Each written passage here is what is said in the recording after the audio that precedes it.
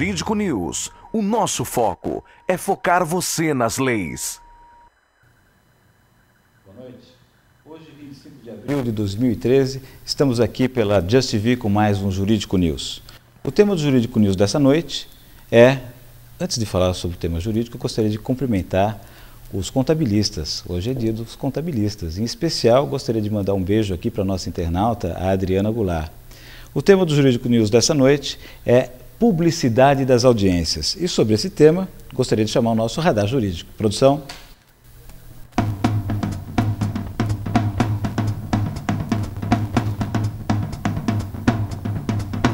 Pela primeira vez na história do país, um julgamento é transmitido ao vivo pela internet e pela televisão. A decisão inédita do juiz Leandro Cano permite a qualquer cidadão acompanhar de perto a reação das testemunhas diante das perguntas dos representantes de defesa e acusação. Um instrumento importante para que tenham acesso ao funcionamento da justiça brasileira. O julgamento do caso Mércia Nakashima começa nesta segunda-feira e vai ser transmitido ao vivo em iniciativa inédita do Tribunal de Justiça de São Paulo. A população vai poder acompanhar com todos os detalhes do julgamento pela televisão, rádio e internet. Foram instaladas 3 câmeras dentro do tribunal para acompanhar de perto a reação das testemunhas, juízes e representantes de defesa e acusação. Neste ângulo, foi possível ver neste primeiro dia de julgamento a emoção de um dos familiares de Mércia Nakashima. Márcio, irmão da vítima, chegou a pedir para que Misael se retirasse do tribunal para não ter que ficar olhando para aquele que é acusado de assassinar a advogada. Eu conheço vários irmãos, vários pais, várias famílias que estão procurando até hoje. Eles que 5 anos desapareceram, esses são heróis que não perderam a esperança. Esses continuam. Após a declaração cheia de emoção, o advogado de defesa Ivon Ribeiro advertiu Márcio, dizendo que ele estaria fazendo juízo em favor de sua fala. Indignado, o irmão da advogada assassinada acusou Ivon de chamar Mércia de prostituta. O senhor é um mentiroso. A única coisa que o senhor fala até agora, o senhor chegou a dizer que eu, prova nenhuma. O senhor chegou a dizer que eu e a minha irmã Cláudia temos uma ficha com mais de 30 páginas de ficha criminal. O senhor também traga prova sobre isso. Me processa como faz o promotor, me processa. Eu vou fazer isso, o senhor pode ter certeza. Eu não fiz ainda por pedido do meu advogado, dizendo que o senhor havia se retratado no processo, dizendo que o senhor estava nervoso e falou bobagem no processo. Então eu vou fazer isso. O senhor pode esperar que eu vou fazer isso. Então só se tornou possível porque a acusação e defesa autorizaram a veiculação das imagens. Os 5 jurados presentes não vão aparecer durante as sessões porque não permitiram que fossem filmados. Os arredores do tribunal estão interditados. O júri deve ter a duração de 5 dias. E para falar sobre o tema, publicidade das audiências, temos o prazer de receber aqui em nossos estúdios o doutor Leandro Cano, que é nada mais nada menos do que o juiz de direito do Tribunal do Júri, lá do Comarca de Guarulhos, no estado de São Paulo. Boa noite, muito obrigado por aceitar o nosso convite, doutor. Obrigado. Excelência, inicialmente, eu gostaria de fazer uma pergunta. A iniciativa de transmitir ao vivo uma audiência do Tribunal do Júri foi de Vossa Excelência ou foi do Tribunal de Justiça do Estado de São Paulo? Não, essa iniciativa partiu de mim. Bom, então eu gostaria de aproveitar para que, de público, agradecer a Vossa Excelência e parabenizar pela iniciativa maravilhosa que eu gostaria até de ver não só todos os demais juízes cíveis, criminais, trabalhistas, juízes federais, dos tribunais trabalhistas, dos tribunais de justiça dos outros estados, aproveitando e usando o mesmo exemplo. Por quê? Porque ao princípio da publicidade de todos os processos, salvo aqueles que são de segredo de justiça, e não há por que não deixar a população conhecer como é que é feita uma audiência, seja ela civil, criminal ou trabalhista. Parabéns, Excelência. Obrigado. No caso em questão, como é que foi feita a estrutura para essa veiculação, Excelência? O tribunal disponibilizou alguma estrutura ou simplesmente foi colocado na internet essa transmissão? A ideia inicial seria a transmissão apenas e tão somente pela internet, através do site do Tribunal de Justiça do Estado de São Paulo. Mas, infelizmente, nós não tínhamos essa estrutura necessária para veicular a imagem e o som para um número razoável de pessoas que talvez teriam esse interesse em assistir ao julgamento. Nós tínhamos apenas e tão somente, eu acho, 4.600 acessos. E, diante dessa impossibilidade, eu procurei vários representantes de empresas de telecomunicações, Globo, Record, Rede TV, SBT, Bandeirantes, etc., e fiz mais de 5 reuniões com eles, deixando as regras bem estabelecidas, no sentido de que a imprensa teria que se adaptar à realidade do Poder Judiciário. Eles queriam essa informação e eu tinha este nicho para passar a eles, mas eu tinha que evitar ao máximo o caráter espetaculoso. Eu queria evitar isso daí. A única coisa, a única regra, o único empecilho que eu coloquei para essas empresas foi justamente isso: evitar o sensacionalismo do julgamento. E eles compreenderam muito bem essa questão. Pois é, Excelência, sobre essa questão se adaptar, da imprensa se adaptar às novas necessidades do Poder Judiciário, eu gostaria de ir um pouquinho mais longe. Quando o Código de Processo Penal foi feito em 1941, mais ou menos, 40-41, não existia a internet. E foi ali estabelecido o direito, nas audiências dos processos que não são públicos, da publicidade das audiências, de qualquer cidadão que quisesse entrar numa sala de julgamento, seja ela do júri, seja ela penal, seja ela trabalhista ou civil, desde que não seja segredo de justiça, ele pode ir lá assistir e tem direito a conhecer e ver como é que é feito o processo de julgamento, saber quem são as testemunhas, saber quem são os réus ou o réu, saber quem são aqueles que compõem o conselho de sentença, os juízes, os promotores, os advogados. No caso em questão, que ainda hoje nós temos a Constituição de 88, depois do Código de Processo Penal, que ainda assegura o acesso à informação à população, por que Vossa Excelência precisou obter a autorização das partes e das testemunhas para poder veicular e transmitir esse julgamento? Foi, na verdade, mais uma garantia de minha parte. Nós temos a intimidade, a vida privada, a honra, a imagem das pessoas sendo asseguradas na própria Constituição, nos denominados direitos de personalidade, que estão umbilicalmente ligados ao princípio da dignidade da pessoa humana. E do outro lado, nós temos também um outro preceito constitucional, que é o direito à informação. O que eu fiz? É tentar encontrar esse ponto de equilíbrio, no sentido de não ferir nenhum desses dois direitos e sim harmonizá-los.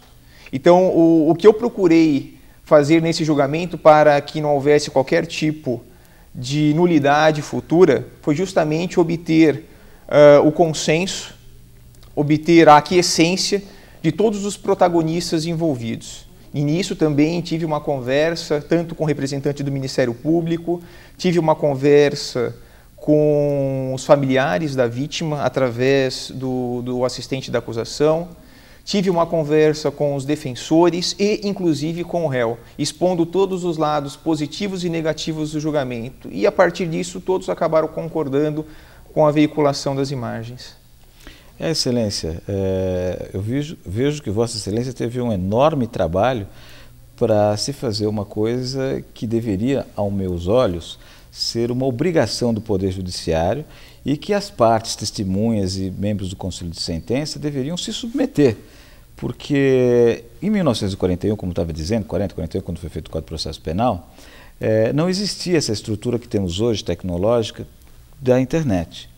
E se hoje o tribunal não tem condição de realizar um júri de interesse grande, enorme, como foi esse caso que Vossa Excelência presidiu, de acomodar todos dentro de um ambiente, de uma sala, não dá para se fazer isso no estádio do Maracanã, do Pacaembu, né?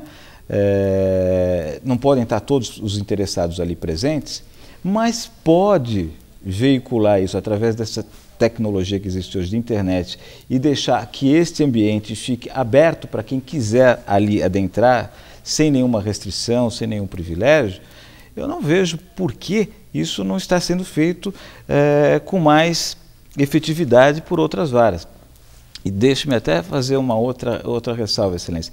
Se fosse feito isso aleatoriamente por algumas emissoras de televisão, para, por exemplo, fiscalizar como é que está sendo feito, para poder veicular como está sendo realizada uma audiência civil, uma audiência trabalhista, eu tenho certeza que isso ia aprimorar o serviço público, porque nenhum juiz ia querer fazer uma pauta acumulada, colocando intervalo de 15 minutos entre uma e outra, numa audiência de instrução que tem mais de 5 testemunhas, né? Sabe que não ia ter condição de tempo hábil de realizar, ia se acumular um monte de gente do lado de fora e isso ia ser veiculado pelas mídias. Por que isso não acontece? Há alguma proibição para que as emissoras de televisão possam entrar num prédio do fórum e transmitir as imagens dos ambientes de lá do fórum, de quem está esperando, das pautas, entrar numa sala de audiência que é pública? Há uma vedação, Excelência? Então, em relação aos atos processuais, a regra que impera é a publicidade plena. Volto a dizer, agora nós esbarramos naquela questão dos direitos de personalidade. Um julgamento do porte, como foi realizado, talvez alguém poderia se sentir incomodado. Por isso que eu digo que eu tive essa preocupação de exigir a anuência de todos os protagonistas. A nossa Constituição, salvo o melhor juízo no artigo 5º, inciso 60, ela menciona a possibilidade de restrição dos atos processuais. Ou seja, ela fala o seguinte, você pode restringir, mas nunca obstar plenamente a divulgação de algumas informações. Mas desculpe, Excelência, essa restrição é dada pelo juiz e não por imposição das partes ou testemunhas. Normalmente, por experiência própria, quem solicita esta questão da restrição são as próprias partes.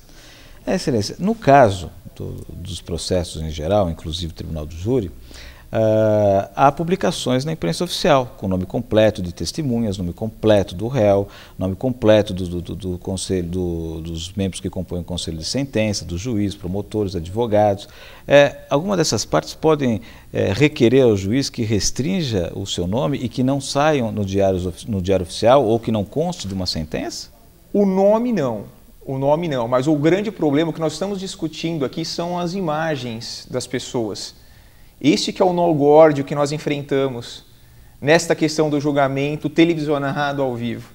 Mas na minha opinião, são coisas totalmente díspares.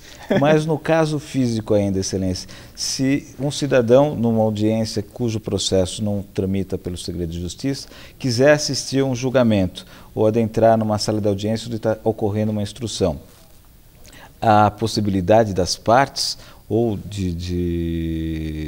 das testemunhas pedirem para que aquela pessoa não permaneça dentro daquele ambiente?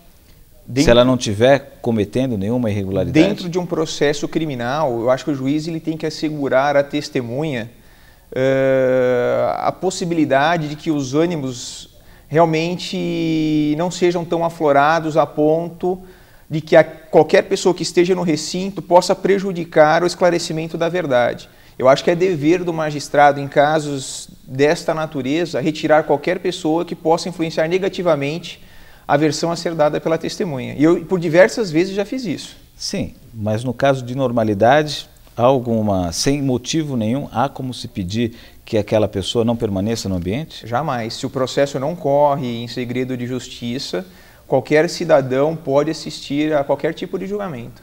Excelência, mais uma vez, eu quero renovar e parabenizar Vossa Excelência, renovar aqui a minha estima pelo ato, pela iniciativa que Vossa Excelência adotou de dar publicidade a um ato processual brasileiro para que a população possa conhecer como é que funciona a justiça brasileira.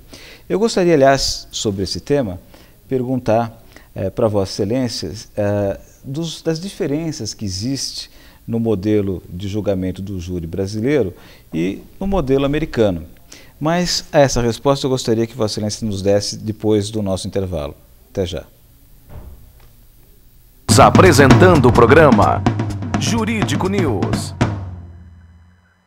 Curta a nossa página no Facebook e assista ao vivo a nossa programação. Além de curtir vídeos, fotos e bastidores da nossa programação. Just TV, TV pela internet grátis. Você faz parte dessa curtição. Siga-nos no Twitter e fique por dentro da nossa programação. Em 2013, a Just TV vem inovando com você.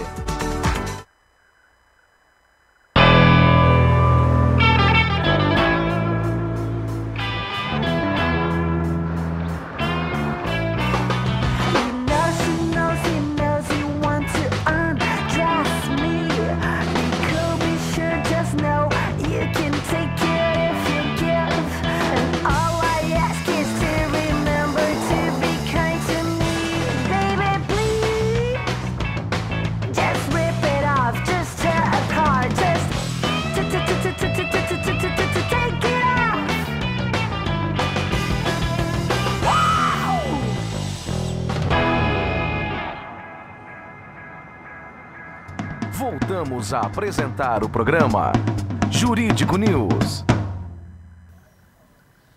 Excelência, eu gostaria só de exemplificar com uma situação que aconteceu uma vez no nosso escritório. Há muitos anos atrás, uma testemunha perguntou, que estava indo junto com a gente para o fórum, e a parte estava junto, ela perguntou: doutor, eu tenho uma dúvida, na hora de eu estar lá na audiência lá e de prestar o meu depoimento como testemunha, eu tenho que levantar a mão direita ou esquerda? Naquela ocasião a gente deu risada. Mas quando isso aconteceu anos depois, em outra situação, com outras partes, outras pessoas, e eu ouvi a mesma pergunta, acendeu uma luzinha amarela. Na terceira vez, que alguns anos depois isso voltou a acontecer e me perguntaram de novo a mesma coisa, eu comecei a ficar preocupado. E é essa a razão pela qual eu estou parabenizando Vossa Excelência, para que o brasileiro possa conhecer um pouquinho mais do modelo brasileiro e não daqueles filmes que vê na televisão achando que é igual aqui. Sobre essas diferenças, quais são as básicas diferenças que existem entre o modelo americano e o brasileiro, Excelência? Bom, a diferença crucial do modelo brasileiro em relação ao americano é que aqui os jurados eles permanecem incomunicáveis. O voto ele é individual, ao passo que no modelo americano eles possuem essa possibilidade de se reunirem na sala secreta e discutirem o caso. E lá, salvo o melhor juízo, a decisão ela é dada por unanimidade. Tem que se chegar a um consenso sobre a absolvição ou a condenação do réu. E também aqui nós temos 7 jurados, lá eu acho que são 12 ou 14, não me recordo ao certo. Mas essas são as diferenças básicas dos dois modelos. Então não é à toa que o legislador colocou, diferente do modelo americano, o número ímpar no conselho de sentença. Porque não pode dar empate, né, Excelência? Aqui no Brasil até existe um projeto de lei para alterar essa composição do número de jurados, para que realmente, no empate, gere a absolvição do réu. Eles querem aumentar para 8. Querem criar a possibilidade de empate. Mas na situação de votação que acontece individualmente nos membros do Conselho de Sentença, como é que é feita? Eles respondem às perguntas de Vossa Excelência? É feito através de algum sinal, alguma cédula? Como é que é feito esse processo de votação, Excelência? O juiz ele elabora os quesitos, entrega aos jurados uma cédula contendo a palavra sim e outra contendo a palavra não. Depois da leitura, pergunta se estão aptos a emitir o voto. Caso a resposta seja positiva, nós passamos com o primeiro oficial de justiça à urna, recolhendo esses votos válidos. E em seguida passa um outro oficial recolhendo o voto que sobrou na mão dos jurados, que é o denominado voto de descarga. E a obrigatoriedade de se colher os 2 votos e não só os votos válidos, qual que é a necessidade de se colher esses votos que não foram utilizados? É para que não haja qualquer tipo de manipulação na contagem dos votos. Essa foi a preocupação do legislador. E Excelência, depois que se encerra a instrução e o Conselho se reúne para poder fazer a votação, ainda é possível os membros desse Conselho de Sentença indagarem, fazer algumas perguntas ao magistrado sobre eventuais dúvidas ou provas que tenham no processo? Depois que já emitiram os votos, é isso a pergunta? Não, antes de emitir o voto. Se houver dúvidas, o magistrado, assim, dentro das possibilidades que lhe são conferidas pela lei, ele acaba esclarecendo aos jurados alguns pontos.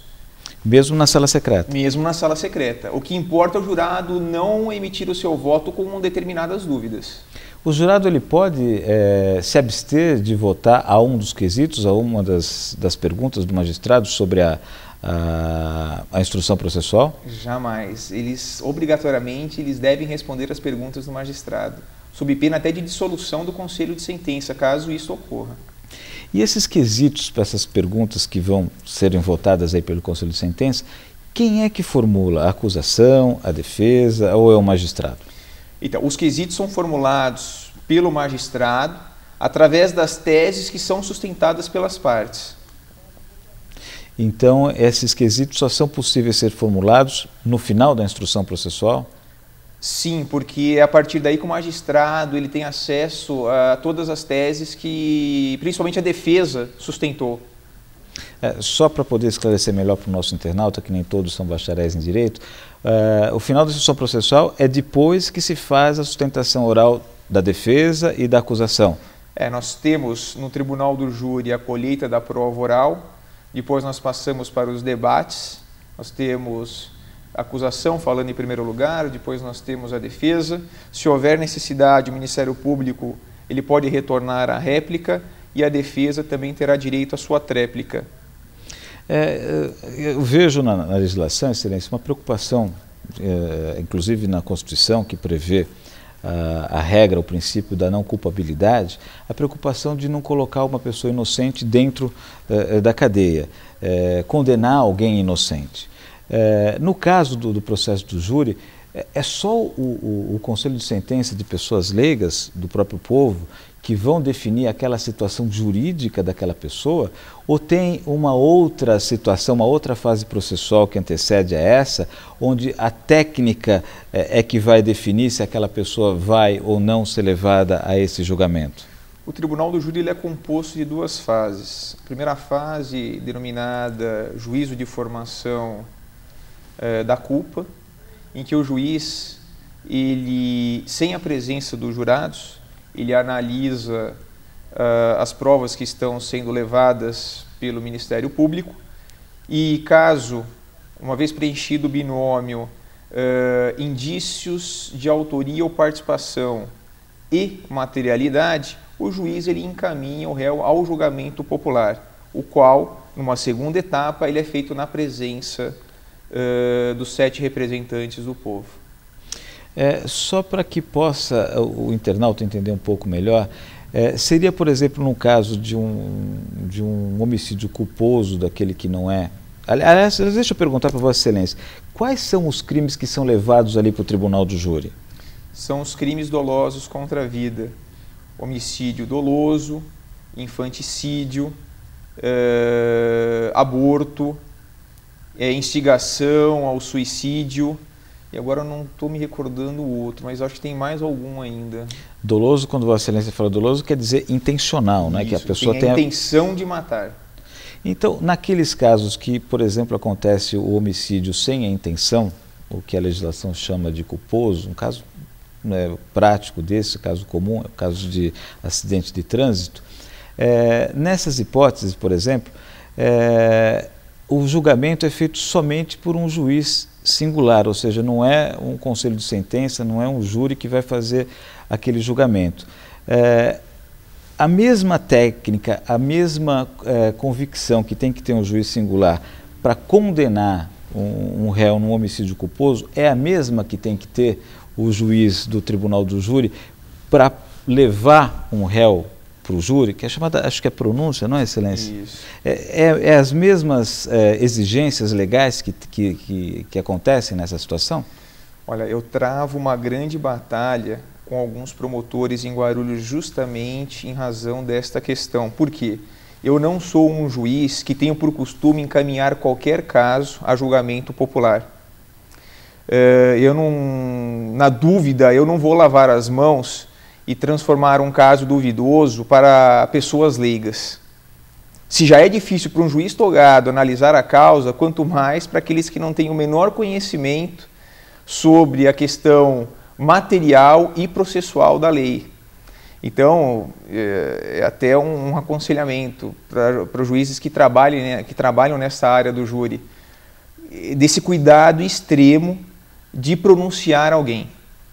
Excelência, nesse caso que Vossa Excelência presidiu, que foi veiculado pela imprensa, transmitido ao vivo esse julgamento, durou mais de um dia. O Conselho de Sentença teve que pernoitar, teve que jantar, almoçar, tomar café da manhã. Como é que aconteceu todas essas fases e mesmo assim se preservando a incomunicabilidade desses membros do Conselho de Sentença? Como é que isso ocorreu na prática? Todo mundo pensa que o papel do juiz é só ficar ali sentado, analisando o que cada um está dizendo, mas o juiz é aquele organizador do evento, vamos dizer assim. Ele tem que preparar a questão da imprensa, ele teve que preparar a questão de acomodar bem as testemunhas, acomodar a questão do réu, que ele se sentou na bancada em que a defesa solicitou. Eu acho que a questão do banco dos réus é até uma questão prejudicial, que ele pode ficar ao lado de seus defensores. E essa questão que o senhor acabou de citar, o Tribunal de Justiça arcou com todos esses custos, seja de hospedagem em relação ao jurado, seja alimentação e assim por diante. Mas eu pergunto, em relação à incomunicabilidade, como é que isso pôde ser assegurado? Ficou um oficial de justiça ali no hotel, na hora de fazer a refeição, ficou o oficial de justiça presente? Como é que isso aconteceu? A todo momento nós tivemos de 3 a 4 oficiais de justiça dentro do recinto de julgamento e também no hotel. E na hora das refeições, as refeições eram feitas em conjunto, os membros do Conselho de Sentença, o Ministério Público, os advogados e Vossa Excelência? Não, eu deixei os jurados reservados nessa questão, única e exclusivamente com os oficiais de justiça. Eu até disse a eles que essa incomunicabilidade é um tanto quanto relativa, eles não poderiam falar sobre o processo, mas outros assuntos rotineiros eles poderiam ficar à vontade. Excelência, nós estamos aqui, infelizmente, chegando ao fim do programa, temos inúmeras perguntas feitas aqui pelos internautas que, infelizmente, não vamos ter tempo aqui de colocá-las ao ar. Me desculpo aqui com nossos internautas mais uma vez e gostaria de, mais uma vez, renovar meus agradecimentos, parabenizar Vossa Excelência pela iniciativa e tentar até com que isso seja estimulado, essa atitude de Vossa Excelência, seja estimulado para que outros magistrados, outros tribunais façam a mesma coisa. Gostaria de deixar Vossa Excelência fazer as considerações finais antes do nosso encerramento. Eu agradeço novamente o convite e em relação a essa publicidade de julgamento, eu vejo que em casos de clamor social, a transparência é a única forma de você conferir legitimidade ao resultado do julgamento propriamente dito. E basicamente isso, eu acho que foi dado o caminho das pedras, nós não podemos deixar mais o Poder Judiciário e seus integrantes afastados das luzes. E tomara a Deus que essa seja o primeiro passo de muitos julgamentos que poderão vir daqui para frente. E mais uma vez, quero aqui parabenizar Vossa Excelência, agradecê-lo inclusive por ter aceitado o nosso convite e agradecer a todos os nossos internautas pela audiência de hoje e avisá-los que a partir do próximo programa, próxima quinta-feira, haverá mudança do nosso horário para as 20h45. Até lá, boa noite a todos.